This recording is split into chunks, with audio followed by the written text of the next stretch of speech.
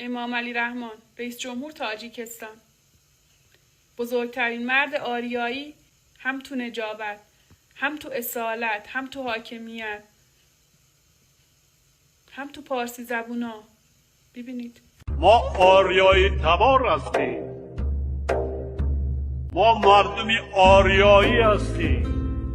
خلق ما از قدیم لباسهای زیبای زنانه داشت و هیچگاه سیاه‌پوش نبود. سیاه‌پوشی روا نیست.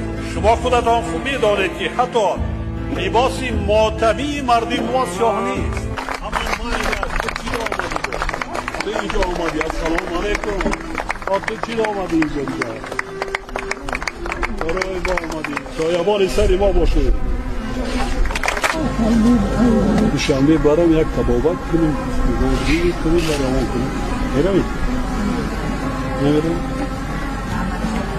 من دکترها روان میکنم، میبینم. اگر تا اینجا تبابت میکنم، باید بیام که میبرم، چکبا روان میکنم میبرم دوشنبه.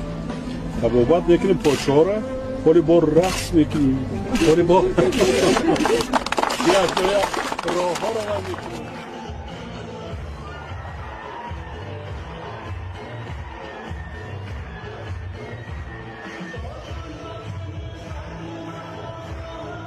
درود به شرفت، به انسانیتت، به حاکمیتت.